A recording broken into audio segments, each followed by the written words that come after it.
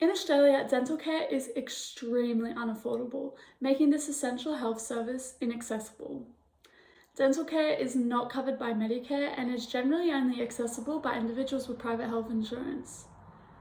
In a study released by the Australian Research Centre for Population Oral Health, it was found those without coverage were twice as likely to avoid dental care compared to those with dental coverage. So what is the actual scale of this problem? Well, as of 2023, Australian citizens are paying an average of $230 for a standard checkup and clean at the dentist. Of the $11.1 billion spent on dental care across Australia in the 2020 to 21 financial year, almost 60%, equating to $6.5 billion, was paid out of pocket. The same year, 83,000 hospitalizations were reported for dental conditions that were potentially preventable with earlier treatment. In particular, demographics including people in aged care, Indigenous communities, and people with low income are particularly susceptible to financial barriers when it comes to accessing dental care.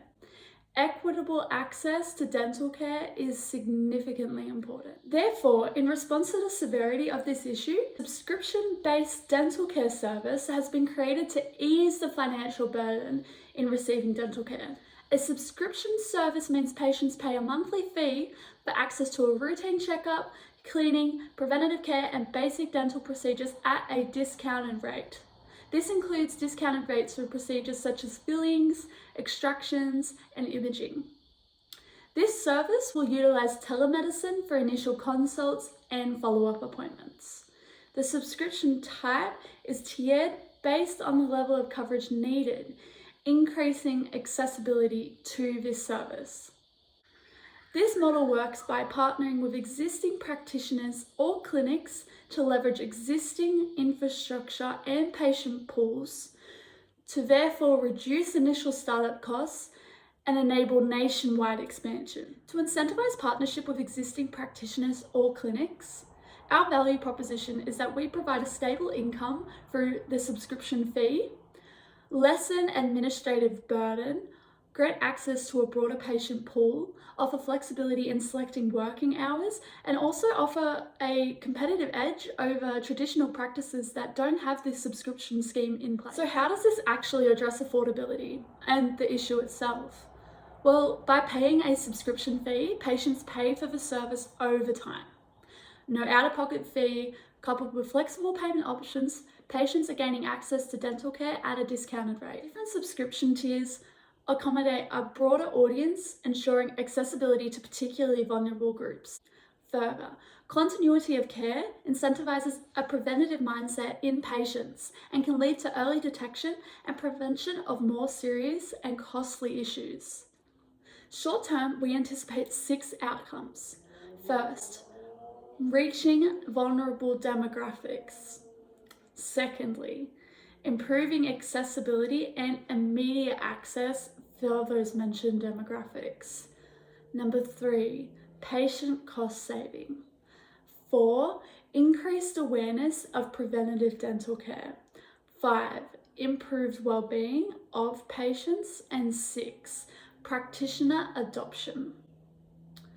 Longer term, we expect 3 outcomes. Firstly, improve accessibility to dental care nationwide, reach a large audience of patients across the country. 2, continue to improve affordability, find more ways to reduce this financial burden, increasing the accessibility to dental care. And number 3, most importantly, have a public health impact by incentivizing preventative care and reduce the prevalence of dental diseases and associated problems.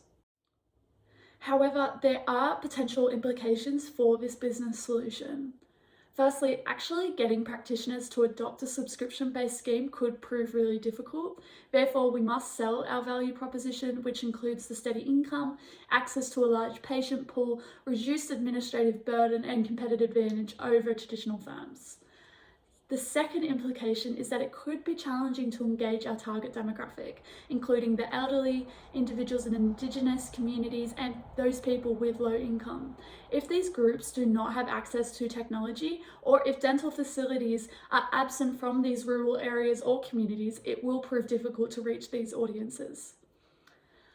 Thirdly, our service leverages telemedicine for initial consults and follow-up appointments, thereby reducing both time and administrative tasks, ultimately contributing to the lower cost for the service.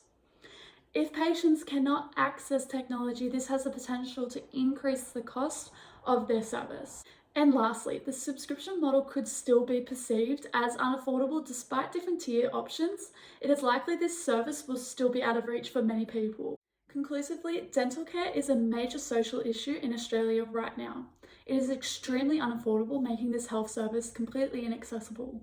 People are leaving health concerns untreated, ultimately becoming very ill. In response, the business solution of a subscription-based scheme leveraging partnership with existing practitioners has been developed. Although implications prevail, such as reaching the target demographics and their access to technology, this business solution has the potential to create a widespread public health impact, increasing accessibility and awareness of preventative care across the country. Thank you for listening.